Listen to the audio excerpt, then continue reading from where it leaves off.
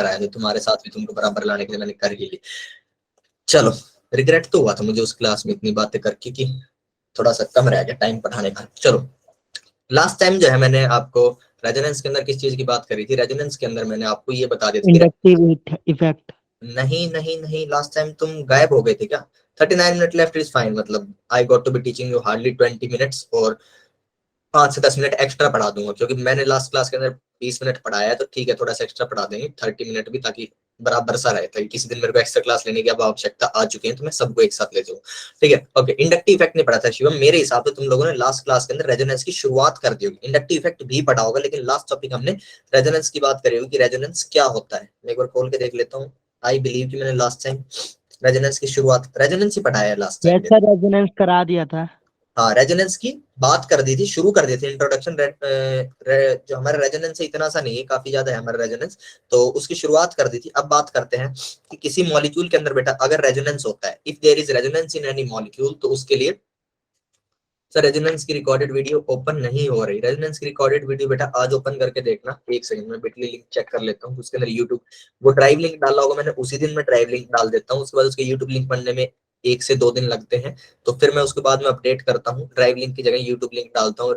अब जो है इसके पास मैं देख लेता हूँ कि उसका यूट्यूब लिंक आज रात तक आई होप आ जाएगा, मैं उसको अपडेट कर दूंगा। ठीक है, अभी जो रेजोनेंस का मैंने इंट्रोडक्शन दिया वो कोई बहुत ज्यादा नहीं है।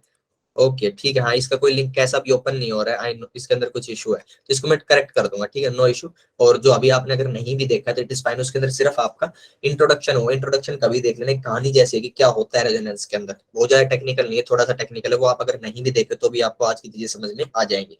कमिंग बैक टू इट बेटा, अगर कोई भी मॉलिक्यूल आपको दे रखा है, अगर आपको कोई भी मॉलिक्यूल दे रखा है, तो बेटा उस मॉलिक्यूल के अंदर अगर आपको रेजोनेंस चेक करना है तो कुछ कंडीशंस होती है।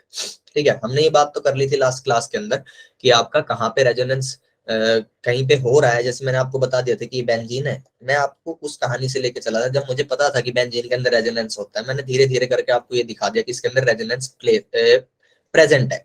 लेकिन अगर मेरे पास कोई भी रैंडम मॉलिक्यूल आ जाता है, तो मुझे अगर ये देखना हो कि क्या इस रैंडम मॉलिक्यूल के अंदर रेजोनेंस है, तो उसके लिए मेरे को क्या चेक करना पड़ेगा, वो कंडीशंस को कंडीशंस फॉर रेजोनेंस बोलते हैं। तो coming to the conditions of resonance, बेटा कंडीशंस ऑफ रेजोनेंस की बात करें कि conditions of resonance,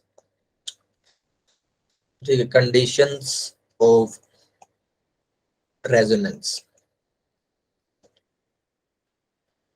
conditions of resonance, इसको तो है थोड़ा सा कंप्लीट लिख देते हैं, condition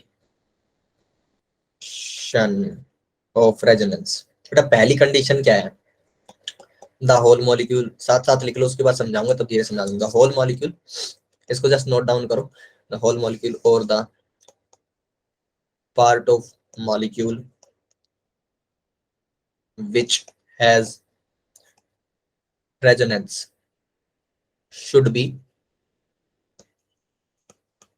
planar. Note down this point, then we'll understand कि प्लेनर क्या होता है, प्लेनर मॉलिक्यूल क्या होता है, या प्लेनर कैसे देखते हैं, या किसी मॉलिक्यूल के किसी पार्ट के अंदर प्लेनैरिटी है तो वो कैसे पता लगाएं। बेटा रेजोनेंस इज नथिंग, रेजोनेंस जो है आपका, मान लीजिए कोई भी एक कंपाउंड है, बाकी लोग नोट कर लो, मैं कुछ बता देता हूँ रेजोनेंस क्या होता है। बेटा आपका मान लीजिए ऐसे कंपाउंड है, उस कंपाउंड को हमने देखा, किसी ने कहा कि बेंजीन होता है, बेंजीन होता है, तो बेंजीन को जैसे उन लोगों ने डिस्कवर किया कि C6H6 इसका मॉलिक्यूलर फॉर्मूला है, उसके बाद उन्होंने कहा कि हम इसका स्ट्रक्चर बनाना चाहते हैं, तो किसी ने कहा कि देखो ये वाला स्ट्रक्चर मैं बना के लाया हूँ, इस स्ट्रक्चर से जो है C6H6 फॉर्मूला सेटिस्फाई होता है। तो वहां पे क्या हुआ बेटा कि जब इसकी इस स्ट्रक्चर के लिए जो केमिकल प्रॉपर्टीज आनी चाहिए, इस स्ट्रक्चर की जो केमिकल प्रॉपर्टीज आनी चाहिए और फिजिकल प्रॉपर्टीज आनी चाहिए, वो रियल बेंजीन की प्रॉपर्टीज से मैच नहीं हुई, तो उन्होंने कहा कि इस मॉलिक्यूलर फॉर्मूले के लिए तुमने जो ये स्ट्रक्चर बनाया, इससे कुछ प्रॉपर्टीज तो सेटिस्फाई हो रही है लेकिन सारी नहीं हो रही, तो ये इसका रियल स्ट्रक्चर नहीं है। फिर कोई और आया, उसने कहा कि ना देखो मैं थोड़ा सा अलग स्ट्रक्चर लेके आया हूँ, उसने क्या स्ट्रक्चर बनाया, उसने कुछ ऐसा स्ट्रक्चर बनाया, दिस दिस एंड दिस, उसने ऐसा स्ट्रक्चर बनाया, ये कार्बन ऊपर से खुला नहीं है, बंद है, ठीक है, उसने ऐसा बनाया, तो उसे भी यही कहा कि यार तुम्हारे वाले स्ट्रक्चर से भी ना कुछ प्रॉपर्टीज एक्सप्लेन हो रही है लेकिन सारी नहीं हो रही। तो फिर किसी ने कहा कि एक काम करो, इन दोनों को जरा कंबाइन करके देखना, इन दोनों को जब मैं कंबाइन करूंगा तो उसके अंदर क्या है कि यहाँ पे सिर्फ डबल बॉन्ड की पोजीशंस चेंज हो रही है, overall the ring is same, the ring is same, और यहाँ पे डबल बॉन्ड की पोजीशन चेंज हो रही है, तो बेटा वहां पे कहीं पे भी पूरा डबल बॉन्ड ना हो, पार्शियल डबल बॉन्ड कैरेक्टर आया था। पार्शियल डबल बॉन्ड क्या होता है? Partial double bond character, partial double bond का मतलब है कि bond length is between single bond bond length and double bond bond length, ठीक है। डबल बॉन्ड और सिंगल बॉन्ड के बीच की बॉन्ड लेंथ अगर कहीं पे दिख रही है तो आप ऐसे तो बोल नहीं सकते कि एक दो लोग कार्बन आए, दो कार्बन आए और इन्होंने अपना, अगर इनके पास ये टोटल इस बॉन्ड को अगर मैं 1.5 बोल दूं तो किसी ने 3 इलेक्ट्रॉन देके बॉन्ड बना ले। 3 इलेक्ट्रॉन का बेटा कोई बॉन्ड पॉसिबल नहीं होता है। सिर्फ कैरेक्टर आ सकता है, पार्शियल डबल बॉन्ड कैरेक्टर आ सकता है। वो क्यों आता है? वो इसलिए आता है क्योंकि बेटा ये वाला स्ट्रक्चर, ये वाला स्ट्रक्चर इस वाले स्ट्रक्चर के अंदर कंटिन्यूअसली कन्वर्ट होता रहता है। ये इससे बजाएगा, इससे बजाएगा, आपस में तेज तेज कन्वर्ट होते रहते हैं। ऐसा लगता है कि ये बॉन्ड्स जो है घूम रहे हैं, डबल बॉन्ड घूम रहे हैं, सारे के अंदर थोड़ी थोड़ी देर के लिए डबल बॉन्ड आ रहा है, बहुत छोटे शॉर्ट ऑफ टाइम के लिए सबके अंदर डबल बॉन्ड आ रहा है। ऐसा बोलते हैं पार्शियल डबल बॉन्ड कैरेक्टर। बेटा ये वाला जो उन्होंने स्ट्रक्चर बनाया कि इसके अंदर पार्शियल डबल बॉन्ड कैरेक्टर होता है, इसको बोला गया रेजोनेंस हाइब्रिड, इसको बोला गया रेजोनेंस हाइब्रिड। और जो ये रेजोनेंस हाइब्रिड है बेटा, ये इस C6H6 बेंजीन के सारी की सारी प्रॉपर्टीज को एक्सप्लेन कर सकता था। So it was the actual structure. तो हमने जो बीच में दो स्ट्रक्चर बनाए जिनकी मदद से हमने हाइब्रिड बनाया, उन दोनों स्ट्रक्चर को क्या बोलते हैं? Resonance resonating structure. और इन दोनों स्ट्रक्चर्स का आपस में इंटर कन्वर्जन कहलाता है द प्रोसेस ऑफ रेजोनेंस। ये जो आपस में इंटर कन्वर्ट करोगे ये हो गया प्रोसेस ऑफ रेजोनेंस या रेजोनेंस, ये रेजोनेंस है। और जो इनको कंबाइन करके फाइनल स्ट्रक्चर बनता है जो रियल जैसा, that is called resonance hybrid. Okay, coming back to बेटा प्लेनैरिटी। प्लेनैरिटी अगर आपको किसी मॉलिक्यूल में देखनी है, अगर किसी मॉलिक्यूल के अंदर बेटा प्लेनैरिटी देखनी है तो आपको जो है हाइब्रिडाइजेशन का थोड़ा सा अंदाजा होना चाहिए कि आप हाइब्रिडाइजेशन फाइंड आउट कर पाओ। पहली तो बात, आप हर एटम की हाइब्रिडाइजेशन फाइंड आउट कर पाओ। उसके बाद हाइब्रिडाइजेशन के बाद उसकी जो शेप्स है आपको वो पता होनी चाहिए कि हाइब्रिडाइजेशन के अंदर क्या शेप मिलती है। सेकेंडली उसके बाद आपको क्या चाहिए? शेप के बाद आपको चाहिएगा बॉन्ड लेंथ। ये वाला चाहिए कि जो तुमने लिखवा, जो मैंने अभी लिखाया था प्रभात, ये तो मैंने, तुमने रेजोनेंस की कहानी नहीं सुनी क्या? ये तो मैंने मिटा दिया। Bond length is between, bond length is between single bond bond length and double bond bond length. ठीक है, ये लिखा है, चलो नोट कर लो। मुझे लगा वैसे ही मैं एक बच्चे को समझा रहा हूँ। ओके, ये हो गया। मतलब प्लेनैरिटी देखने तो मैंने बोला कि हाइब्रिडाइजेशन देखनी आनी चाहिए और हाइब्रिडाइजेशन के अलावा आपको उस हाइब्रिडाइजेशन का शेप भी पता होना चाहिए। उसके बाद ही आप प्लेनैरिटी देखना शुरू कर सकते हो। तो बेटा सबसे पहले मैं एक मॉलिक्यूल बनाता हूँ, C डबल बॉन्ड C, और ये हो गया, ये हो गया, ये हो गया। ठीक है, मैंने कहा कि मेरे को ये देखना है इस मॉलिक्यूल के अंदर कहाँ पे प्लेनैरिटी है और कहाँ पे नहीं है। पीछे ये और लगा दे। ठीक है, तो मैं आपको पहले बता देता हूँ कि यहाँ पे जो है प्लेनैरिटी इतने पार्ट के अंदर है, इतने पार्ट के अंदर है, इतने पार्ट के अंदर यहाँ पे प्लेनैरिटी है, प्लेनैरिटी है। ठीक है, क्या होती है प्लेनैरिटी बाद में बताऊंगा, यह बता रहा हूं मैं कि यहाँ पे प्लेनैरिटी है। आप भी सीख जाओ कैसे पता चलती प्रैक्टिस के साथ। ठीक है, यहाँ पे प्लेनैरिटी है प्लस इसके इतने पार्ट के अंदर रेजोनेंस है। ये भी मुझे अभी पता है, जो आपको भी आज की क्लास में पता चल जाएगा कैसे पता चलता है। ऐसा मुझे पता है। बेटा मेरे को क्या चाहिए? मेरे को रेजोनेंस चेक करना है। तो मैं प्लेनैरिटी अभी के लिए आपको देख नहीं बता रहा हूँ, सिर्फ रेजोनेंस वाले पार्ट की। उसको आप अप्लाई करके चाहे पूरी दुनिया जहान में कितना बड़ा मॉलिक्यूल फैला हुआ हो, कितनी दुनिया जहान में फैला हुआ, आप उसकी प्लेनैरिटी चेक कर सकते हो। अभी के लिए मुझे पता है कि मेरे को रेजोनेंस जहां पे हो रहा है वहां की प्लेनैरिटी चेक करनी है। तो एटलीस्ट मैं इन 4 कार्बन की आपको प्लेनैरिटी शो कर देता हूँ। उसके बाद फिर आप बाकी को एक्सटेंड करके देख सकते हैं कि वहां पे क्या हो रहा होगा। 1 2 3 4 बेटा हाइब्रिडाइजेशन जो है ये वाला कार्बन है, आपका कार्बन नंबर जो 1 लिखा है मैंने, उस कार्बन नंबर 1 का बेटा हाइब्रिडाइजेशन sp2 है, कार्बन नंबर 2 का भी हाइब्रिडाइजेशन sp2 है, कार्बन नंबर 3 का भी बेटा हाइब्रिडाइजेशन sp2 है, और बेटा इस वाले कार्बन का भी हाइब्रिडाइजेशन sp2 है। चारों कार्बन का हाइब्रिडाइजेशन sp2 है। sp2 जो बेटा हाइब्रिडाइजेशन होता है ना, वो क्या करता है? यहाँ पे कोई C एटम है, इसका हाइब्रिडाइजेशन में कितना बता रहा हूँ, sp2। इसके बेटा जो बॉन्ड्स होंगे ना, ये जो बॉन्ड है, बॉन्ड मतलब इस बॉन्ड की, इसके इस बॉन्ड की लाइन, वो एक ही प्लेन में लाई करेंगे। ठीक है, आपकी किसी चीज के बॉन्ड्स या तो एक प्लेन में लाई कर सकते हैं। जब आपका sp3 मॉलिक्यूल होता है बेटा, तो उसके जो बॉन्ड्स होते हैं वो कभी भी एक प्लेन में लाई नहीं कर सकते, वो ऐसे करके अलग अलग प्लेन्स में होते हैं। उसकी लाइंस अलग अलग प्लेन में होते हैं, आप कुछ भी करके उनको एक प्लेन में नहीं ला सकते। अगर आप ये वाला एक प्लेन कंसिडर करोगे कि ये वाला जिसके अंदर ये दो लाइन्स आ रही है, ये वाली लाइन्स आ रही है, तो आप अगर ऐसे करके ये वाला प्लेन कंसिडर करना चाहो तो ये वाले जो दो मॉलिक्यूल्स हैं या ये वाले जो दो एटम्स हैं, ये वाले आ जाएंगे। बच गए कौन से? यहाँ से साइड से दिख रहा होगा, ये लोग इस वाले प्लेन के बाहर है। ठीक है, तो sp3 के केस के अंदर आप कैसे भी करके एक प्लेन के अंदर सारे के सारे एटम्स को नहीं ला सकते, लेकिन sp2 के केस के अंदर कुछ भी करने की जरूरत नहीं है, सारे के सारे एटम्स एक ही प्लेन के अंदर होते हैं। sp2 एक ही प्लेन के अंदर लाई करते हैं। बेटा ये अगर मैं इस वाले कार्बन को कार्बन नंबर 1 कहना चाहूँ, ठीक है, तो इसका प्लेन मिटा देता हूँ। प्लेन हमें और भी बड़ा चाहिएगा जिससे मैं प्लेन शो करूंगा। इसको जो है, ये मेरा कार्बन नंबर 1 है और मुझे पता है कि ये दिस कार्बन इज sp2, ठीक है बेटा, इसके ना 3 बॉन्ड बनने होंगे। तो मुझे पता है एक बॉन्ड तो ना किसी और कार्बन के साथ बन रहा है, ये वाला जो कार्बन नंबर 2 है इसके साथ बन रहा है, इस वाले कार्बन के साथ, ठीक है। तो यहाँ पे बेटा ये मैंने एक कार्बन ड्रॉ कर दिया, और ये कार्बन कौन सा है जो मैंने रेजोनेंस के अंदर नंबर दे रखे, ये कार्बन नंबर 2 है। तो यहाँ पे छोटा सा कार्बन नंबर 2 लिख दिया। इसकी बात बाद में करेंगे। बात ये है कि इसके पीछे भी ये जो आपका 1 नंबर कार्बन है, इसके पीछे क्या है बेटा, इसके पीछे एक ऐसे करके जो ये रिंग लगी हुई है, ऐसे करके रिंग लगी हुई है, उसका बेटा जो ये वाला एटम होगा, उसका जो फर्स्ट एटम हो, सॉरी चेन लगी हुई है, उसका जो फर्स्ट एटम होगा, ये फर्स्ट एटम इसी प्लेन के अंदर लाई करेगा, क्योंकि ये बॉन्ड लाइन इसी प्लेन के अंदर लाई करती है। उसके अलावा बेटा इस वाले कार्बन के पास एक हाइड्रोजन भी होगा, इसके पास एक हाइड्रोजन होगा, तो वो एटम भी इसी प्लेन के अंदर लाई करेगा। अब आते हैं कार्बन नंबर 2 के ऊपर। सारे समझ में आ गए कि एक कार्बन है जो हम पहले वाले की बात कर रहे हैं, मान लीजिए उसकी पोजीशन यहाँ पे, ये एक प्लेन है, ये एक प्लेन है जिसको मैं ऐसे या फिर ऐसे देख लो, ये एक प्लेन है जहाँ पे एक कार्बन रखा हुआ है, इसी प्लेन के ऊपर एक इसका एक एटम लगा हुआ है, ठीक है। इसके ऊपर ये कार्बन नंबर 2 दिखाया है, ये 2 भी इसी के ऊपर आ रहा है, ये एटम इसी प्लेन के अंदर आ रहा है, बेसिकली इस प्लेन से पास हो रहा है, ठीक है।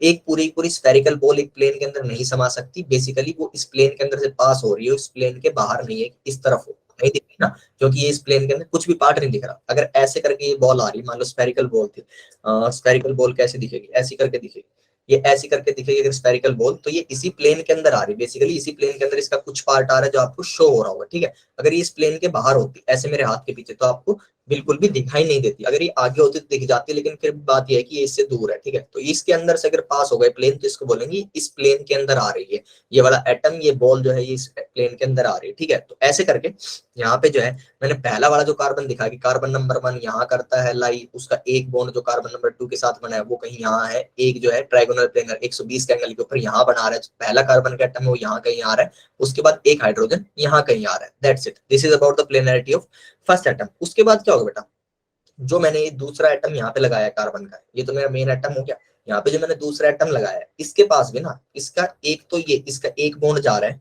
ये मैंने मान लीजिए ऐसे करके शो कर दिया कि इसका एक बॉन्ड बेटा नेक्स्ट कार्बन से कनेक्ट है, जो मेरा कार्बन नंबर 3 है, इसके पास जो है बेटा, इस वाले को छोड़ दो, ये ऐसे नहीं, इसका देखो ये जो बॉन्ड है, ये वाला बॉन्ड, ये एक तो मेरे कार्बन नंबर 1 के साथ बना हुआ है, और एक ही होगा, इसके दो एंड है, एक यहाँ पे एक यहाँ पे, ये एक बॉन्ड बना हुआ है बेटा, इसका भी ना एक प्लेन लाई करेगा जिसके अंदर इसके दो और ऐसे करके बॉन्ड्स लाई कर रहे होंगे, मैं कैसे दिखाऊं, कोई तरीका नहीं मेरे पास, ऐसे करके दो और बॉन्ड, इसका बेसिकली ट्रायंगल प्लेन बन रहा होगा, इसका प्लेन होगा, ठीक है।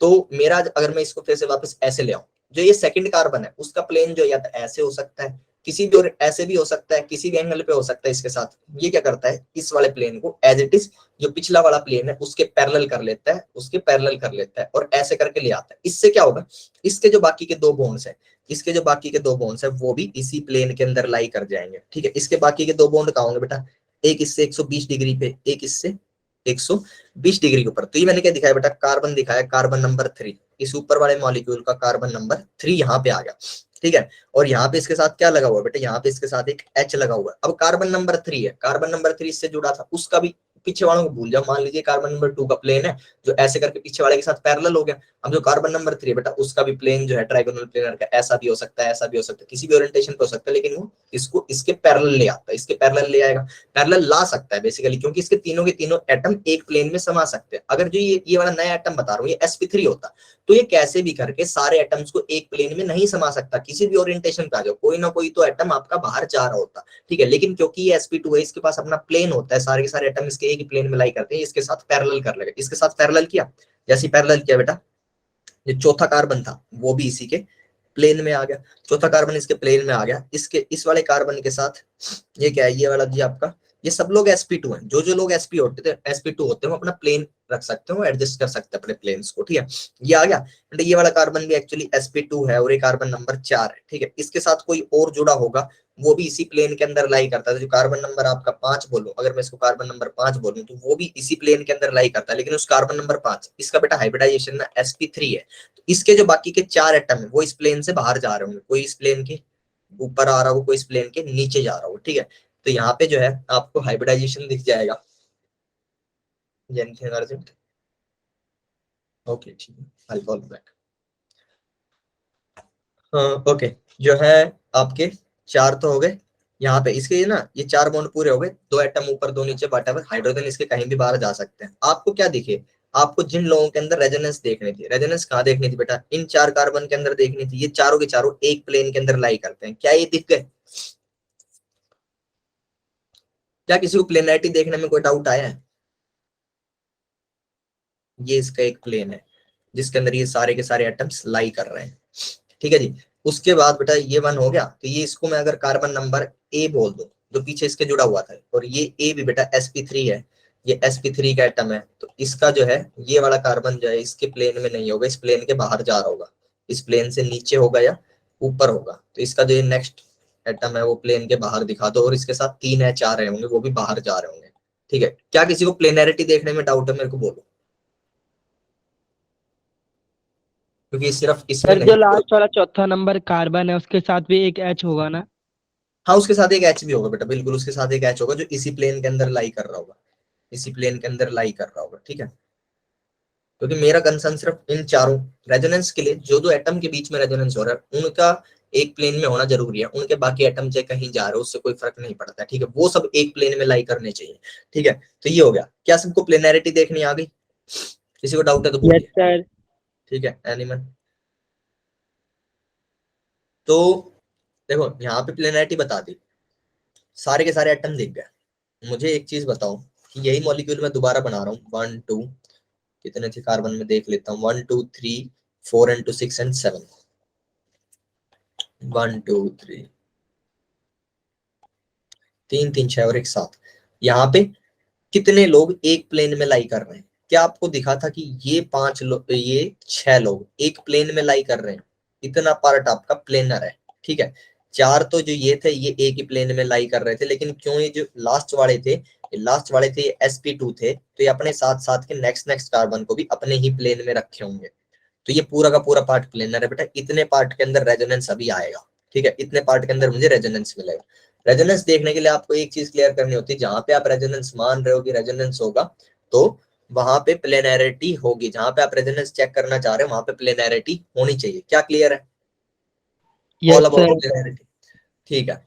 आफ्टर द प्लेनैरिटी कम्स बेटा, प्लेनैरिटी की अगर कंडीशन पूरी हो जाती है तो कंडीशन नंबर 3 जो है आपकी, कंडीशन नंबर 2, पहली कंडीशन क्या थी? प्लेनैरिटी। कंडीशन नंबर 2 होती बेटा, all the different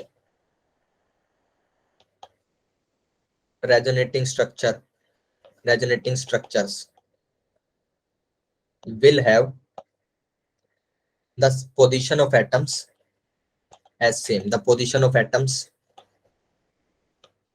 same रहेगी, ठीक है। बोले तो इस बात का क्या मतलब बेटा, कि कहीं पे अगर आपका CH3 C double bond OH है, ठीक है, C डबल बॉन्ड OH है, तो बेटा अगर इसका कोई रेजोनेटिंग स्ट्रक्चर आप बनाने वाला हो तो उसके अंदर ऐसा बिल्कुल भी पॉसिबल नहीं है कि इसका एक ऑक्सीजन यहाँ आ जाए और 3 और एक 4, तो C और एक ऑक्सीजन यहाँ पे प्रेजेंट है, बाकी आप इसकी वैलेंसीज पूरी कर दो 3, तो यहाँ पे क्या आ जाएगा? H, ठीक है, C डबल बॉन्ड OH, ठीक है, वटएवर, और यहाँ पे अभी तो नहीं थे, तो ऐसा पॉसिबल नहीं है। या फिर आप यहाँ पे डबल बॉन्ड लगा दो, यहाँ पे डबल बॉन्ड लगा दो, तो ऐसा पॉसिबल नहीं बेटा एक ऑक्सीजन आपका उठ के 1 नंबर कार्बन के ऊपर आ जाए, 1 नंबर कार्बन के ऊपर, और 2 के ऊपर एक ही ऑक्सीजन बचे, ऐसा पॉसिबल नहीं है। रेजोनेटिंग स्ट्रक्चर के अंदर एक चीज फिक्स है, जो जिस एटम से जुड़ा हुआ है जिस पोजीशन के ऊपर वहीं रहेगा। उनके सिर्फ बॉन्ड्स चेंज होते मिल सकते हैं, उनके चार्जेस चेंज होते मिल सकते हैं, लेकिन उसका स्ट्रक्चर एज इट इज रहेगा, जो जितने एटम से जुड़ा हुआ है, जितने एटम से जुड़ा हुआ है, जितने मतलब ऑक्सीजन जितने, दो दो ऑक्सीजन से अगर ये वाला कार्बन नंबर 2 जुड़ा हुआ है तो 2 से ही रहेगा, तो ही इसका रेजोनेटिंग स्ट्रक्चर है, अदरवाइज पॉसिबल नहीं है इसका रेजोनेटिंग स्ट्रक्चर होना, ठीक है। तो रेजोनेंस के लिए कंडीशन क्या है कि आप जो भी 2 लोग रेजोनेटिंग स्ट्रक्चर बता रहे हो उनके सारे के सारे एटम्स सेम पोजीशन पे होने चाहिए, सेम पोजीशन पे होंगे, ठीक है। This is not resonance, not resonance, ठीक है, नॉट रेजोनेंस। इसके अंदर पॉसिबिलिटी क्या है बेटा? C डबल बॉन्ड, अगर आप, मैं इसका एक रेजोनेटिंग स्ट्रक्चर दिखा रहा हूँ कि इसका एक रेजोनेटिंग स्ट्रक्चर कैसा लगता है बेटा। यहाँ पे लोन पेयर होते हैं, ये लोन पेयर जो है ये वाला बॉन्ड ऐसे रोटेट करता है, लोन पेयर यहाँ आ जाते हैं, इसके बाद बेटा इसका स्ट्रक्चर ऐसा बनता है C double bond O minus double bond OH और बेटा पॉजिटिव, ठीक है, ये इसका रेजोनेटिंग स्ट्रक्चर है, ठीक है। कार्बन नंबर 1 के पास 3 H थे, यहाँ भी 3 H है, ठीक है, 3 H है, वो एक कार्बन से जुड़ा हुआ था, एक कार्बन से जुड़ा हुआ है। कार्बन नंबर 2 है, वो एक ऑक्सीजन से जुड़ा हुआ है, वो एक ऑक्सीजन से जुड़ा हुआ है, कार्बन नंबर 2 जो ऑक्सीजन एक H के साथ जुड़ा हुआ है, सब सॉर्टेड है, सिर्फ बॉन्ड्स चेंज हुए हैं, चार्जेस बदले हैं, लेकिन स्ट्रक्चर या पोजीशन ऑफ एटम्स बिल्कुल भी चेंज नहीं हुआ है। तो ये रेजोनेटिंग स्ट्रक्चर हो सकते हैं, तो ये रेजोनेटिंग स्ट्रक्चर हो सकते हैं, है ये रेजोनेटिंग स्ट्रक्चर। लेकिन अभी हम रेजोनेटिंग स्ट्रक्चर बनाने पे नहीं पहुंचे, तो आप इतना बोल सकते हो कि हाँ, इन दोनों स्ट्रक्चर के अंदर रेजोनेंस पॉसिबल तो है कि नहीं है वो देखना अभी सीखेंगे। क्या सबको क्लियर है पोजीशन वाला रूल क्या है? Yes sir. ठीक है जी बेटा। थर्ड जो इसकी कंडीशन है वो ये है कि for resonance conjugation must be present, conjugation must be present। अब कंजुगेशन क्या है इसकी बात कर लेते हैं, उसके बाद पहले तो बताऊंगा कंजुगेशन बेसिकली होती क्या, उसके बाद फिर उसका एक शॉर्टकट बता दूंगा कंजुगेशन आपको कैसे करके चेक करनी। तो बेटा टाइप्स ऑफ कंजुगेशन की बात करते हैं यहाँ पे। Types of conjugation, types of conjugation कि कैसे स्ट्रक्चर आपको अगर मिल रहा है, जो जो सिचुएशन मिल रही है, क्या कैसा स्ट्रक्चर मिलना चाहिए जिसको आप कंजुगेशन बोल सकते हैं, जिसके अंदर रेजोनेंस पॉसिबल है। बेटा सबसे पहले पॉजिटिव चार्ज की बात करते हैं। पॉजिटिव चार्ज कैसे कैसे आपको कंजुगेशन शो कर सकता है। बेटा आपका कोई एटम है ए, उसके ऊपर पॉजिटिव चार्ज का एग्जिस्ट करता है तो उसको क्या चाहिए, उसको बेटा सी सॉरी बी एटम मान लो, ठीक है, बी एटम, और इसका बेटा इसके साथ डबल बॉन्ड होना चाहिए। अगर ऐसी सिचुएशन प्रेजेंट हो तो बेटा कंजुगेशन है। पॉजिटिव चार्ज का एक कंजुगेशन, कई कंजुगेशन बन सकते हैं, कंजुगेशन प्रेजेंट है। अगर ऐसा हो रहा है, ऑब्वियसली ये जो डबल बॉन्ड बी है ये किसी सी एटम के साथ जुड़ा होगा, लेकिन मैं आपको मिनिमम लिख के दिखा रहा हूँ, पूरा पूरा बवाल एटम बना के नहीं दिखा रहा। कि पॉजिटिव चार्ज हो, उस वाले एटम का नेक्स्ट वाले एटम से सिंगल बॉन्ड हो, और जो नेक्स्ट वाले से बना उसका डबल बॉन्ड हो, तो ये एक केस है कंजुगेशन का। ठीक है जी, एक केस है कंजुगेशन का। उसके बाद अगर बेटा आपके एटम के ऊपर पॉजिटिव चार्ज है और वो जुड़ा है किसी ऐसे एटम से जिसके पास लोन पेयर एग्जिस्ट करता है, लोन पेयर एग्जिस्ट करता है, लोन पेयर, तो भी बेटा कंजुगेशन है। अब एक और चीज यहीं पे लिख देता हूँ कि कैसे करके ये लोग रेजोनेंस शो करेंगे, इनके बॉन्ड्स कैसे घूमेंगे बेसिकली। बेटा बॉन्ड घूमने का मतलब, बॉन्ड घूमने के लिए मुझे सी बनाना पड़ेगा। ठीक है, ये सी बना दिया मैंने बॉन्ड घूमने के लिए, तो ये सी है बेटा। होगा क्या कि ये वाला बॉन्ड घूम के यहाँ पे आएगा। बॉन्ड घूमने का मतलब बेटा बी और सी के बीच में, अगर मैं एक तो इनका सिग्मा बॉन्ड है, लेकिन मैं पाई बॉन्ड की बात कर रहा हूँ, एक इसके नीचे कहीं सिग्मा बॉन्ड होगा, उसकी मेरे को कोई मतलब नहीं। पाई बॉन्ड का जो बॉन्ड है वो घूमेगा। तो इनके बीच में ना दो इलेक्ट्रॉन्स एग्जिस्ट करते हैं, दो इलेक्ट्रॉन एग्जिस्ट करते हैं। वो दो इलेक्ट्रॉन से कैसे एग्जिस्ट करते हैं कि ये जो है ये ऐसे करके इनके ऑर्बिटल्स होते हैं बेसिकली। बी का ये एक ऑर्बिटल दिखाया मैंने और सी का एक ऑर्बिटल दिखाया। ठीक है, इन दोनों के ऑर्बिटल है, ये आपस में ओवरलैप किए हुए हैं। दोनों इलेक्ट्रॉन दोनों के पास है, ये दोनों इलेक्ट्रॉन दोनों के पास है। होता क्या है, जब बॉन्ड ब्रेक होता है तो इनकी ओवरलैपिंग अलग होगी। पहले तो बॉन्ड ब्रेक होने के लिए यहाँ पे कहीं सिग्मा लगा होगा, इसकी वजह से जुड़े तो हुए, लेकिन पाई बॉन्ड जब टूटेगा, पाई बॉन्ड जब टूटेगा तो ये नीचे तो सिग्मा होगा बेटा। इनके पहले तो जो ओवरलैपिंग थी वो खत्म हो जाएगी। ये बी यहाँ पे आ जाएगा, बी वाला ऑर्बिटल, और ये यहाँ आ जाएगा। कोई ओवरलैपिंग नहीं होगी इनके बीच में, ओवरलैपिंग खत्म होगी। होगा क्या, ये यहाँ पे दो इलेक्ट्रॉन प्रेजेंट है इनके पास, ये वाले दो इलेक्ट्रॉन है, वो या तो ये वाले भाई साहब ले जाए। एक ऑर्बिटल के अंदर हमेशा दो ऑर्बिटल, दो इलेक्ट्रॉन्स आ सकते हैं एक ऑर्बिटल के स्पेस के अंदर। तो जब ओवरलैप्ड थे तो भी इसके अंदर दो आ सकते हैं, क्योंकि इनके पास स्पेस कितना था, स्पेस ऑलमोस्ट दो जितना ही था। ये ओवरलैप्ड है, ठीक है, तो स्पेस इनके पास दो इलेक्ट्रॉन का ही था। भले ही ये जब अलग अलग होते हैं तब ये चार इलेक्ट्रॉन्स अकोमोडेट कर सकते हैं, दो एक के अंदर और दो दूसरे के अंदर, टोटल चार कर सकते हैं। लेकिन जब ये ओवरलैप्ड है तो इनके पास इतनी जगह है कि दो इलेक्ट्रॉन आपके अकोमोडेट करें। अब ये अलग हो चुके हैं तो इनके पास ऑब्वियसली दोनों के पास अपने अलग अलग ऑर्बिटल आ गए। ये चाहे तो चार इलेक्ट्रॉन्स, ये क्या कर दिया, चार इलेक्ट्रॉन्स अपने अकोमोडेट कर सकते हैं। चार नहीं करा रहा हूं, दो ही इलेक्ट्रॉन अवेलेबल थे, बी ले गया वो दो इलेक्ट्रॉन। बी के पास बेटा पीछे कौन बैठा है, ए बैठा है, जिसके ऊपर पॉजिटिव चार्ज है। पॉजिटिव चार्ज बेटा इसका आ रहा है एक वैकेंट ऑर्बिटल होने की वजह से। तो होता क्या है, अब देखो ये वाला जो बॉन्ड था, ये जो बी और सी का पाई बॉन्ड था, उसके नीचे कहीं सिग्मा बॉन्ड है, इसके अंदर बेटा एक इलेक्ट्रॉन इसकी तरफ था, एक इलेक्ट्रॉन इसकी तरफ था। अब क्या हुआ कि ये दोनों इलेक्ट्रॉन उठ के इसके पास चले गए। कोई मेरे को बताएगा सी के ऊपर कैसा चार्ज आया होगा? पॉजिटिव। पॉजिटिव। पॉजिटिव, बिल्कुल। बी के ऊपर कैसा चार्ज आया? नेगेटिव। नेगेटिव। तो ठीक है, आप चाहो तो इनका बॉन्ड ना पॉजिटिव नेगेटिव को मिला के एक बॉन्ड बना लिया करो, पॉजिटिव नेगेटिव को मिला के एक बॉन्ड बना दो। पॉजिटिव नेगेटिव मिले तो इसका स्ट्रक्चर कैसे बन गया, और पॉजिटिव नेगेटिव मिलके बॉन्ड बन गया, बात खत्म, उनके चार्ज खत्म। बी, और उसके बाद बेटा इसके साइड में एक सी बैठा हुआ है जिसके ऊपर पॉजिटिव चार्ज है। तुमको पता है कि उसका ऑर्बिटल अब खाली हो चुका है। जैसे ए के पास खाली ऑर्बिटल और पॉजिटिव चार्ज था, वो सिचुएशन सी के पास पहुंच गई। इसका रेजोनेटिंग स्ट्रक्चर ऐसे करके बन गया। ठीक है, अगर आपको और डिटेल से बात करनी होगी सर एक्चुअली क्या हुआ है, प्लस माइनस ऐसे थोड़ी मिल जाता, तो होता क्या है बेटा कि ये जो दो इलेक्ट्रॉन है, ये दो इलेक्ट्रॉन अभी के लिए, अब इसको मिटा दो, इनका आपस में मिलना, और नीचे दोबारा से दिखा रहा हूँ कि पहले क्या सिचुएशन थी, उसके बाद बेटा ये ए था, इसके पास पॉजिटिव चार्ज था, इसके पड़ोस में ये बी था, उसके पास 2 इलेक्ट्रॉन थे, 2 इलेक्ट्रॉन होने की वजह से उसके ऊपर नेगेटिव चार्ज था, उसके पड़ोस में एक सी था जिसके पास वैकेंट ऑर्बिटल था और एक पॉजिटिव चार्ज था। होता क्या है, ये बी अपना एक इलेक्ट्रॉन उठाएगा, इस पड़ोसी को दे देगा, इसके पास जैसे ये इलेक्ट्रॉन एक आ जाएगा, ठीक है, इसके डब्बे में कितने खाली बच गए, एक बच गया, ठीक है, इसके पास अब एक बच गया, एक बचा, जैसे इसने अपना एक इलेक्ट्रॉन अपने से दूर भेजा, इसके ऊपर कैसा चार्ज आया होगा, नया चार्ज कैसा आया होगा, एक और, एक पॉजिटिव, पॉजिटिव, इसके ऊपर एक पॉजिटिव चार्ज आया, पहले से नेगेटिव चार्ज था, पॉजिटिव नेगेटिव मिलके क्या हो गया, न्यूट्रल, तो ये तो हो गया न्यूट्रल, इसका चार्ज खत्म, हाँ, इसने अपना एक इलेक्ट्रॉन भेज दिया, ये हो गया न्यूट्रल। और जो ए है इसके ऊपर कैसा चार्ज आया होगा, नेगेटिव, नेगेटिव, ठीक है, और इसके ऊपर पहले से कैसा था, पॉजिटिव, आपस में ये भी न्यूट्रल हो गया, ठीक है, ये न्यूट्रल हो गया, तो इसके चार्जेस तो मिट चुके, ए और बी के चार्जेस मिट चुके, ए और बी के चार्जेस मिट गए।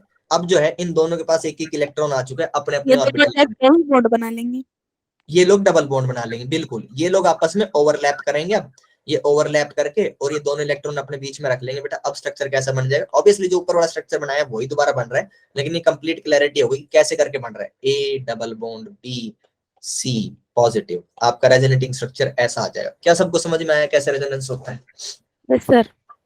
ठीक है, तो अब इसको देखो बहुत ज्यादा शॉर्टकट में जैसे मैंने यहाँ पे लिख दिया, अब क्या करते हैं, ए पॉजिटिव, ये करना आपको प्रैक्टिस के साथ ही आएगा वैसे देखा जाए तो, लेकिन मैं लिख देता हूँ कि जब आप करना चाहें कि सी को तो छोड़ दो, यहाँ पे ये डबल बॉन्ड, बेटा कैसे घुमाना होता है, इस बॉन्ड को घुमाओ, जैसे ही बॉन्ड घुमा के किसी भी एटम के ऊपर ला रहे हो उसके ऊपर नेगेटिव आएगा, उसके पड़ोस वाले के ऊपर पॉजिटिव आएगा, उनको आपस में मिला दो, आपका रेजोनेटिंग स्ट्रक्चर बन जाएगा। मैंने बॉन्ड घुमाना यहाँ पे दिखा दे कि किस केस के अंदर कैसे बॉन्ड घूमेगा, ठीक है, क्योंकि अगर आप इस बॉन्ड को ऐसे ना घुमा के, ए हो गया और बी और ऐसे, ठीक है, अगर आप इस बॉन्ड को ऐसे ना रोटेट करके ऐसे रोटेट करते तो इसके ऊपर पॉजिटिव आता, फिर कोई पॉजिटिव पॉजिटिव कोई बॉन्ड नहीं बना पाते, तो रेजोनेटिंग स्ट्रक्चर नहीं बनता। तो मैंने दिखा दिया कि कौन सी डायरेक्शन में घुमाओ तो आपका बॉन्ड बन जाएगा, वो आप खुद भी गैस कर सकते हो, लेकिन मैंने यहाँ पे शो कर दिया है, ठीक है, ये हो गया। उसके बाद यहाँ पे कैसे रेजोनेंस दिखते, सबके रेजोनेंस बता रहा हूँ बेटा, यहाँ पे रेजोनेंस होने का मतलब है कि ये लोन पेयर यहाँ पे आके बॉन्ड बना देगा, लोन पेयर को जब किसी से भी हटाओगे तो हटने के बाद अपने ऊपर क्या देगा, पॉजिटिव चार्ज, पड़ोसी को क्या देगा, नेगेटिव चार्ज। लोन पेयर हटाया पड़ोसी को, आपने उसका एक इलेक्ट्रॉन शेयर कर दिया लोन पेयर का, तो उसके ऊपर नेगेटिव, इसके ऊपर पॉजिटिव, ये सब चीजों को ध्यान रहो। अगर यहाँ पे जो छोटा वाला ए है इसके पास एक इलेक्ट्रॉन आया तो इसके पास पहले से पॉजिटिव चार्ज था, इसके पास एक इलेक्ट्रॉन आया इसके ऊपर नेगेटिव चार्ज है, ये ओवरऑल न्यूट्रल हो गया। इसका रेजोनेटिंग स्ट्रक्चर कैसा बन जाएगा, इसका रेजोनेटिंग ए डबल बॉन्ड ए, और अब इसने तो अपना इलेक्ट्रॉन डोनेट कर दिया इसके ऊपर पॉजिटिव चार्ज, और जो छोटा वाला ए है उसके पास एक पॉजिटिव चार्ज था, उसके पास एक इलेक्ट्रॉन है उसके नेगेटिव आया, ओवरऑल वो क्या हो गया, न्यूट्रल, ठीक है। तो ये हो गया सेकंड कंजुगेशन बेटा for positive charge. Positive charge के दो कंजुगेशन मैंने आपको बता दिए, एक और कंजुगेशन पॉसिबल है बेटा कि ए एटम है आपका, वो किसी बी एटम से जुड़ा हुआ, वो बी एटम ट्रिपल बॉन्ड बना के बैठा हो, तो बेटा उस केस के अंदर भी आपको रेजोनेंस मिल जाएगा, और रेजोनेंस मिलेगा तो ये इलेक्ट्रॉन यहाँ आ जाएगा, ऐसे करके रेजोनेंस आएगा, ये हो गया। उसके बाद आते हैं बेटा नेगेटिव चार्ज के कंजुगेशंस जो पॉसिबल है, नेगेटिव चार्ज के पॉसिबल कंजुगेशंस, नेगेटिव चार्ज, ये आपका नेगेटिव चार्ज हो गया, और ठीक है, नेगेटिव चार्ज कैसे कैसे रेजोनेंस कर सकते हैं बेटा, नेगेटिव चार्ज ए एटम के ऊपर अगर नेगेटिव चार्ज प्रेजेंट है तो ए एटम किसी बी एटम के साथ बॉन्ड बना के बैठा और वो बी एटम डबल बॉन्ड बना के बैठा हो, तो बेटा उस केस के अंदर अब क्या है, अब की बार ये इस तरफ बॉन्ड रोटेट होगा। इस तरफ क्यों रोटेट किया, क्योंकि अगर मैंने यहाँ पे ए माइनस बी डबल बॉन्ड, ठीक है, अगर मैं इसको ऐसे रोटेट करता तो इसके ऊपर क्या आता है, नेगेटिव, और इसके पड़ोसी जो भी सी था उसके ऊपर पॉजिटिव। नेगेटिव नेगेटिव तो बॉन्ड बना नहीं सकते, तो उल्टा रिपेल करेंगे। तो मैंने दिखाया कि इस बॉन्ड को ऐसे ना घुमा के मैंने दूसरी साइड घुमाया, इसको दूसरी वाली साइड घुमाया, ऐसे करके, तो इससे क्या होगा, यहाँ पे क्या आएगा, नेगेटिव चार्ज, इस वाले कार्बन के ऊपर यहाँ पे क्या आ जाएगा, नेगेटिव चार्ज, इस पर पॉजिटिव आएगा, ये पॉजिटिव नेगेटिव मिलके बॉन्ड बना लेंगे, मेरा जो रेजोनेटिंग स्ट्रक्चर हो जाएगा ए बी सी और नेगेटिव, ठीक है, ऐसे करके ये दोनों आपस में रेजोनेटिंग स्ट्रक्चर हो जाएंगे। तो ठीक है, ऐसे बॉन्ड यहाँ पे रोटेट होगा। उसके बाद नेगेटिव चार्ज का एक मैंने डबल बॉन्ड के साथ आपको रेजोनेंस दिखा दिया। उसके बाद बेटा किसके साथ शो करेगा, नेगेटिव चार्ज जो आपका वैकेंट ऑर्बिटल के साथ भी नेगेटिव चार्ज, और इसके बाद बेटा बी कोई है और उसके ऊपर क्या है, उसके ऊपर बेटा वैकेंट ऑर्बिटल प्रेजेंट है। अगर इसके पास वैकेंट ऑर्बिटल प्रेजेंट है, this is what vacant orbital, इसका नाम होता है वैकेंट ऑर्बिटल। तो होगा कि बेटा नेगेटिव चार्ज होने का मतलब है कि यहाँ पे दो इलेक्ट्रॉन प्रेजेंट होंगे, ये अपना एक इलेक्ट्रॉन यहाँ पे शेयर कर देगा, ये इलेक्ट्रॉन अपना यहाँ पे शेयर कर देगा, ये लोग आपस में क्या करेंगे, जैसे इसने शेयर किया इसके ऊपर पॉजिटिव आया, पहले से नेगेटिव था, ये वाले भाई साहब के ऊपर नेगेटिव चार्ज आया, और इसके इस वाले ऑर्बिटल के अंदर एक इलेक्ट्रॉन आ चुके, एक इसके पास, ये लोग आपस में बॉन्डिंग करेंगे, पॉजिटिव नेगेटिव चार्ज मर जाएगा, क्या बच जाएगा, ए डबल बॉन्ड बी, और इसके ऊपर क्या आ जाएगा बेटा, नेगेटिव चार्ज। ठीक है, तो ये वैकेंट ऑर्बिटल का रेजोनेंस होता है। ठीक है, वैकेंट ऑर्बिटल हो गया। तो नेगेटिव चार्ज के साइड में वैकेंट ऑर्बिटल होने का मतलब है कि उसके ऊपर एक लोन पेयर एग्जिस्ट करता है। ये बात मैं आपको पहले भी क्लियर कर चुका हूँ। कहीं पर नेगेटिव आता है तो उसका कोई मतलब नहीं होता कि उसके ऑर्बिटल के अंदर कितने इलेक्ट्रॉन है, आपको गैस करना पड़ता है। तो अभी मैं मान रहा हूँ कि इस नेगेटिव चार्ज का मतलब ये है कि इसके पास एक इलेक्ट्रॉन एग्जिस्ट करता है एक्स्ट्रा, एक लोन पेयर।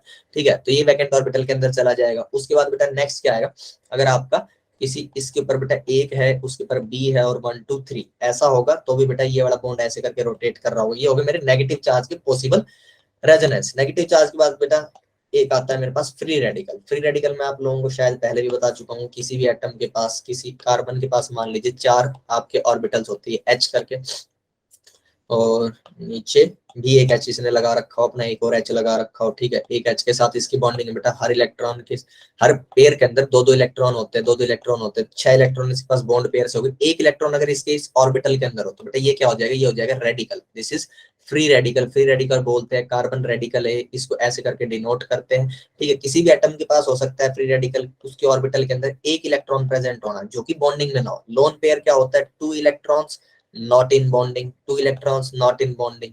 एक इलेक्ट्रॉन फ्री रेडिकल क्या होता है, एक इलेक्ट्रॉन नॉट इन बॉन्डिंग। ठीक है, ये वाली चीज हो जाती है आपका फ्री रेडिकल। ठीक है, ये दो बातें हो गई।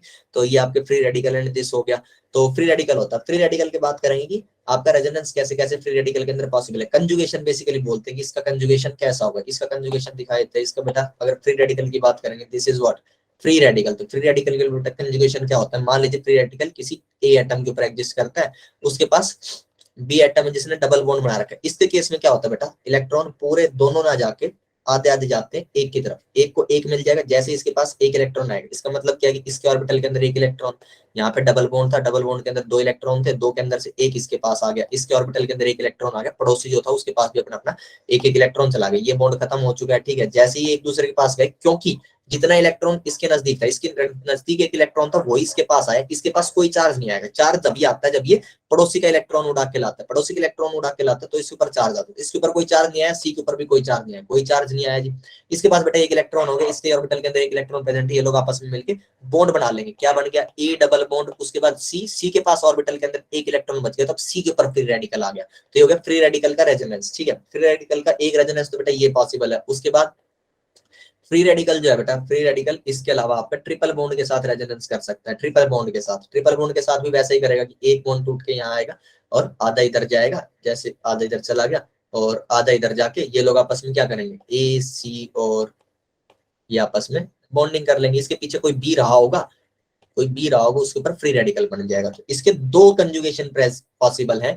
इसका वैकेंट ऑर्बिटल या लोन पेयर के साथ बेटा कंजुगेशन पॉसिबल नहीं हो पाता है। उसका रीजन क्या है वो भी मैं आपको बता देता हूँ। वैकेंट ऑर्बिटल और लोन पेयर, अगर मान लीजिए ये है, इसके साइड में बेटा कोई वैकेंट ऑर्बिटल लगा हुआ है, जब लोन पेयर होता है तब तो ये अपना एक इलेक्ट्रॉन उठा के इसको दे देता था। अब लोन पेयर है ही नहीं, अब इसके पास एक इलेक्ट्रॉन है, बॉन्ड बनाने के लिए 2 इलेक्ट्रॉन चाहिए, तो इसको देके भी क्या करेगा, अगर इसको दे दिया तो बेटा यहाँ पे इसके पास आ जाएगा, कोई भी बॉन्डिंग चेंज नहीं होती। लोन पेयर के पास ये इलेक्ट्रॉन भेज के कुछ नहीं चेंज कर पाता है, बॉन्ड नहीं चेंज हो पाता है। तो सॉरी, वैकेंट ऑर्बिटल के पास ये कुछ भी नहीं चेंज करा पाता है। और अगर इसके पास में, अगर इसके पास बेटा लोन पेयर रखा हो, इसका ऑर्बिटल है, यहाँ पे क्या है, ये बी है और ये भाई साहब लोन पेयर रख के बैठे हैं, तो भी कोई फायदा नहीं है। ये लोन पेयर आपस में मिलके बॉन्डिंग नहीं कर सकती। जैसे ही बॉन्डिंग करेंगे बेटा ये दोनों ओवरलैप हो जाएंगे, ओवरलैप हो जाएंगे। ओवरलैप होते ही यहाँ पे सिर्फ 2 इलेक्ट्रॉन समा सकते हैं, तीसरा इलेक्ट्रॉन कहाँ जाएगा, थर्ड इलेक्ट्रॉन। तो इसलिए भी ये लोग आपस में बॉन्डिंग नहीं कर पाते। ना ही वैकेंट ऑर्बिटल का केस इसके साथ बनता है, ना ही आपके लोन पेयर का केस इसके साथ बनता है। ठीक है बेटा, फ्री रेडिकल हो गया। फ्री रेडिकल के बाद नेक्स्ट क्या आता है बेटा, डबल बॉन्ड आता है।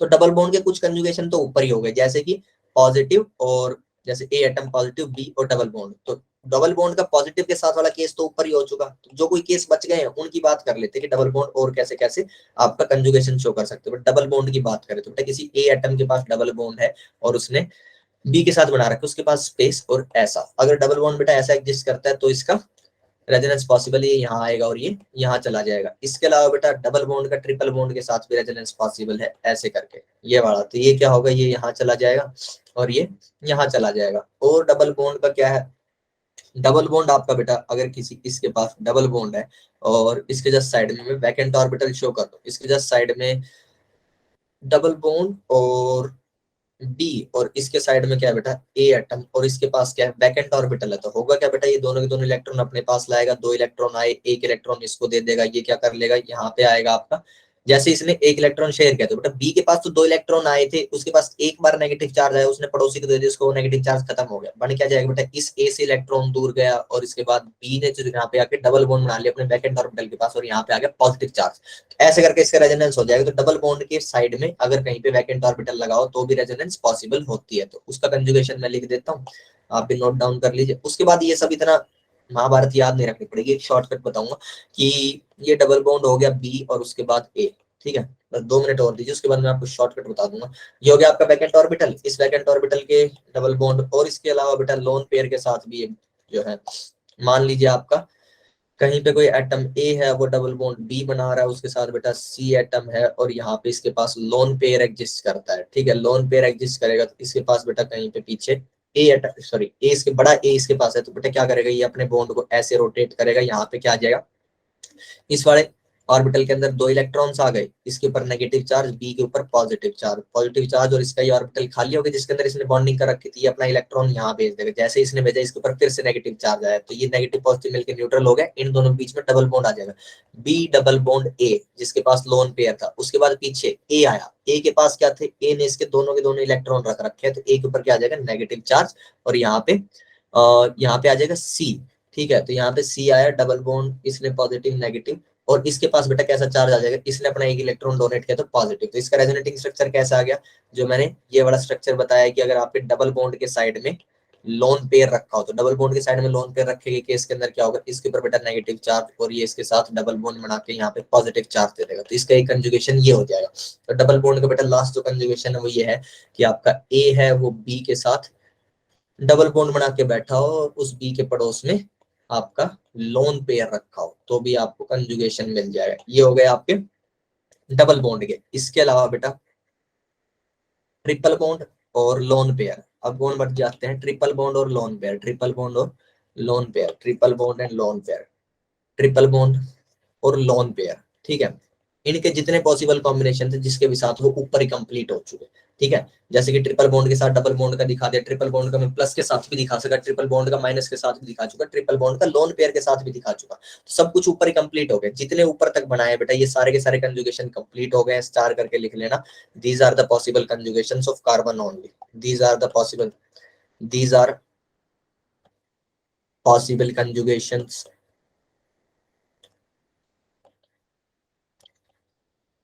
For carbon only. कोई और एटम आएगा, कार्बन के 4 बॉन्ड होते हैं उसके लिए मैंने ये सारे के सारे आपको कंजुगेशन बताए। अगर कोई और एटम आता है जैसे कि जिसके 5 बॉन्ड बन सकते हैं, 6 बन सकते हैं, फिर उनके और भी कंजुगेशंस पॉसिबल है, लेकिन ऑर्गेनिक में हमें इन्हीं का कंजुगेशन देखना है, तो दैट्स ऑल, इतने ही कंजुगेशन बेटा पॉसिबल है कार्बन के लिए, ये आपके लिए बहुत काफी रहेंगे। क्या सबने नोट डाउन कर लिया और समझ में आ गई कहानी? Yes sir. ठीक है, तो एक क्वेश्चन करते हैं बेटा, इस क्वेश्चन के अंदर जो है, जब क्वेश्चन नहीं पहले एक ट्रिक बताता हूँ। ट्रिक क्या है, इतनी महाभारत तुम्हें याद नहीं रखनी, याद रखोगे बढ़िया, ताकि कभी कुछ उल्टा सीधा कॉम्प्लिकेटेड उठपटांग आ जाए तुम्हें बेसिक याद हो। उसके बाद क्या करना होता है बेटा, डी, डी के अंदर किसको काउंट करते हैं, डी, वैसे डी ऐसा लगता है किसी डबल बॉन्ड के लिए, लेकिन डबल तो है ही बेटा, इसके अंदर डी के अंदर डबल बॉन्ड काउंट होगा, ट्रिपल बॉन्ड काउंट होगा, पॉजिटिव होगा, नेगेटिव होगा, लोन पेयर भी इसके अंदर काउंट करूंगा, ठीक है, और वैकेंट ऑर्बिटल भी, वैकेंट ऑर्बिटल और एस के अंदर सिर्फ एक चीज को मानता हूँ, सिंगल बॉन्ड को, ठीक है, सिंगल बॉन्ड। अब इसका मतलब क्या है ये समझाता हूँ। मान लीजिए बेटा मेरे पास ऐसे करके कोई मॉलिक्यूल है, सी डबल बॉन्ड सी सी सी और यहाँ पे डबल बॉन्ड सी और ये पॉजिटिव चार्ज। बेटा मेरे को क्या करना है, अगर कहीं पे बॉन्ड, बॉन्ड के बारे में बता रहा हूँ, देखो ऊपर वाली कोई भी चीज आपको मिल जाए उसके लिए आपको एक डी लिखना है, उसके लिए एक डी लिखना है। I will just call after 5 minutes, बस क्लास खत्म कर लूंगा। ओके ठीक है मैम, ओके। यहाँ पे बेटा आपको कहीं भी अगर कोई बॉन्ड के ऊपर आप मार्क कर रहे हो, सिंगल के ऊपर कर रहे हो तो भी बीच में लिखोगे और डबल के ऊपर कर रहे हो तो भी बीच में लिखोगे, एटम के ऊपर नहीं लिखना है। आपने सबसे पहले एक डबल बॉन्ड पाया, वो कौन सी कैटेगरी में आता है, डबल बॉन्ड डी वाली कैटेगरी में आता है, यहाँ पे बेटा एक डी लिख दो, डी लिखा। उसके बाद बेटा आप आगे गए, आपने देखा आपके सब एटम को चेक करते जाओ, इस वाले एटम को चेक किया, इसके पास एक डबल बॉन्ड था, ठीक है, तो उसके डबल बॉन्ड के नीचे आपने डी लिख दिया। आप नेक्स्ट वाले एटम के पास गए, इसके पास एक डबल बॉन्ड था, उसके लिए हम डी पहले ही लिख चुके, सॉर्टेड। इसके पास कोई पॉजिटिव नेगेटिव, एटम के पास क्या क्या चीजें चेक करोगे, डबल ट्रिपल पॉजिटिव नेगेटिव सारी चीज चेक करोगे तो ये वाला जो फर्स्ट नंबर एटम था उसके पास एक डबल बॉन्ड था, उसके लिए जो डबल बॉन्ड था उसका आप डी लिख चुके। नेक्स्ट वाले के पास पहुंचे, उसके पास कोई पॉजिटिव नेगेटिव तो है नहीं, एक डबल बॉन्ड ही था तो उसका डी आप लिख चुके, बात खत्म। ठीक है, यहाँ पे आपने एक डी लिख दिया। उसके बाद उसके पास एक सिंगल बॉन्ड है, सिंगल बॉन्ड के लिए भी कुछ लिखना पड़ेगा। सिंगल बॉन्ड के लिए क्या लिखते हैं, एस। ठीक है, इसके बीच में आपने क्या लिख दिया, एस लिख दिया। उसके बाद अगले कार्बन के ऊपर पहुंचे तो अगले कार्बन के पास बेटा एक डबल बॉन्ड था, वहां पे आपने एक डी लिख दिया। ठीक है, वहां पे आपने एक डी लिख दिया और यहाँ पे ये पॉजिटिव चार्ज यहाँ ना आके बेटा यहाँ आएगा, वरना रेजोनेंस ना होता। यहाँ पे पॉजिटिव चार्ज। ठीक है, हाँ एक सेकंड, यहाँ पे डी हो गया, इसके लिए आपने डी लिख दिया बेटा। आप नेक्स्ट वाले कार्बन पे पहुंचे, उसके पास भी कोई पॉजिटिव नेगेटिव नहीं है, सिर्फ एक सिंगल बॉन्ड है, सिंगल बॉन्ड के बीच में आपने एस लिख दिया। जब किसी एटम के ऊपर चार्ज वगैरह वाले केस आएंगे, बॉन्ड के अलावा कोई केस है तो बेटा उस एटम के नीचे लिखोगे डी। डी। वो डी की कैटेगरी में लाई कर रहा होगा क्योंकि बॉन्ड तो उसका आगे आप शो कर दोगे अगर एस एग्जिस्ट कर रहा है। ठीक, ऐसे करके आप एस डी मार्क कर दोगे। आपको क्या चाहिए बेटा, मिनिमम आपको चाहिए डी एस डी। अगर कहीं पे डी एस डी फॉर्म हो रहा है तो बेटा वहां पे कंजुगेशन है, कंजुगेशन है। प्लेनैरिटी आप पहले ही चेक कर चुके होगे, तो कंजुगेशन प्लस प्लेनैरिटी, वहां पे क्या है, रेजोनेंस है। ठीक है, डी एस डी मिनिमम, अगर आपके पास डी एस डी फिर से एस डी आ गया तो ये वाला कॉम्बिनेशन बन गया, दिस इज ऑल्सो रेजोनेंस। ठीक है, डी एस डी होना चाहिए, कहीं पे एस डी एस मिल रहा है ना, दैट इज नॉट रेजोनेंस। ठीक है, और डी डी एस मिल रहा है, ये भी रेजोनेंस नहीं है। कहीं पे एस एस डी लिखा मिल रहा है, this is also not resonance. ठीक है, आपको मिनिमम क्या चाहिए, डी एस डी, और फिर उसी का सीक्वेंस बढ़ता जाना चाहिए, S G S D S D. Got it? क्या लिख पाओगे ऐसा? Yes sir. ठीक है, ओके। सो एक क्वेश्चन करते हैं, then we end it. Question क्या, C double bond this this this, ये हो गया आपका ए। उसके बाद मैंने लिखा B,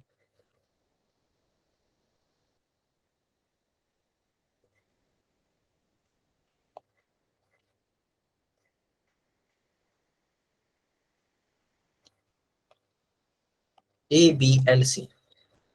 Which molecule has resonance? बोलिए, A, B और C के अंदर है, जल्दी से D, F, D लिखिए और बताइए किसके अंदर है। A में है, ठीक है, और बस ए में है। बस A में है। तो तुम्हें एक बात तो पक्की है, मेरे मॉलिक्यूल लिखते ही तुमने आंसर बोल दिया, तुमने कहीं D, F, D तो लिखा नहीं, तुमने सिर्फ अपने चतुर दिमाग का प्रयोग किया। सर लिखा है। इतनी जल्दी लिख दिया, फिर गलत लिख दिया। A and C. A and C, Yes sir. Okay, B में नहीं है, सर बी और सी लग रहा है। B और C लग रहा है।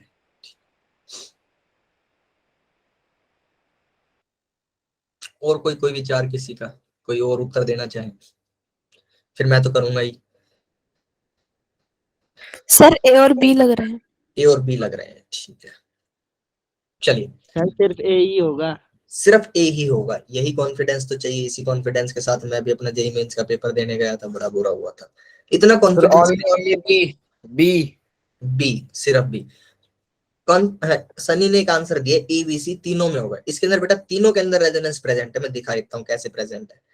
यहाँ पे लिखना शुरू करो। डबल बॉन्ड के लिए क्या लिखोगे, पहले में डी। तुम लोग जिसने मतलब या तो तीनों को चेक नहीं, तीनों को आराम से DSD लिखो, मिलेगा। जितनी जल्दी जल्दी अगर उड़ते उत्तर दोगे, एक को चेक कर लिया या जैसे देख लिया, पेपर के ऊपर लिख के करो जैसे मैं कर रहा हूँ, सही आंसर आएगा। बेटा यहाँ पे मैंने क्या लिखा, डी, उसके बाद क्या आ रहा है, एस। कोई पॉजिटिव नेगेटिव लोन पेयर यहाँ पे है नहीं। उसके बाद क्या आ रहा है बेटा, डी।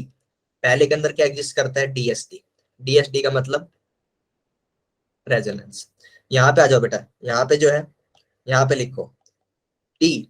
इस वाले कार्बन के ऊपर कोई चार्ज नहीं, यहाँ पे क्या लिखा है, इसके लिए एक एस। जैसे ही नेक्स्ट आया उसके ऊपर नेगेटिव चार्ज है, डी। बोलो यहाँ पे DSD होने की वजह से रेजोनेंस। ठीक है, उसके बाद नीचे आ जाओ, यहाँ पे बेटा आपने डबल बॉन्ड के लिए क्या लिखा, टी। उसके बाद आपको फिर से एक डबल बॉन्ड मिल गया, डी। फिर आपको सिंगल बॉन्ड मिला, एस। उसके बाद बेटा आपको नेक्स्ट एटम मिला, उसके ऊपर नेगेटिव चार्ज एग्जिस्ट कर रहा है, उसके लिए मैं क्या लिखता हूँ, डी। यहाँ पे बेटा DDSD बना, DDSD, लेकिन उसके अंदर आपको क्या मिल गया, एक DSD। तो यहाँ पे भी रेजोनेंस है। बोलो, क्या सभी के उत्तर बदल चुके हैं? Yes sir. Yes sir. ठीक है। सेकंड वाले। सेकंड वाले के अंदर नहीं समझ में आया कैसे आ रहा है? सर नेगेटिव नहीं देखा था मैंने। नेगेटिव देखा नहीं, ये बात अगर तुमने जेई मेंस के एग्जामिनर को बोली तो वो कहेगा मैंने भी तुम्हें नहीं देखा जब तुमने ये बात बोली। ठीक है, चलो आज के लिए इतनी ही बात है। ध्यान से क्या करो, जल्दबाजी के चक्कर में तुम्हारे आंसर गलत होंगे। बहुत बेसिक चीज के अंदर अगर तुम जल्दबाजी करोगे तो होगा ही, वरना इसके अंदर गलत होने का कोई चांस है नहीं। लेकिन जैसे ही तुमने उड़ते हुए आंसर दिया 10 सेकंड के अंदर, इसका मतलब गलती तुमने कर दी। ठीक है, चलो, क्योंकि मैं नहीं लिख पाता 10 सेकंड के अंदर, तो तुम कैसे लिखोगे? ठीक है, तो प्रैक्टिस करो।